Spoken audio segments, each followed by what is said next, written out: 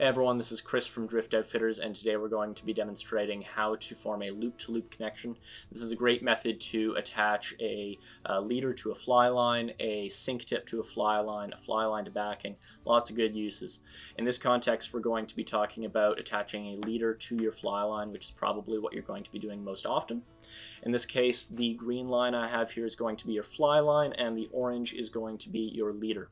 What you want to do is take your leader loop and you want to pass it over the end of your fly line. So the fly line is running through it.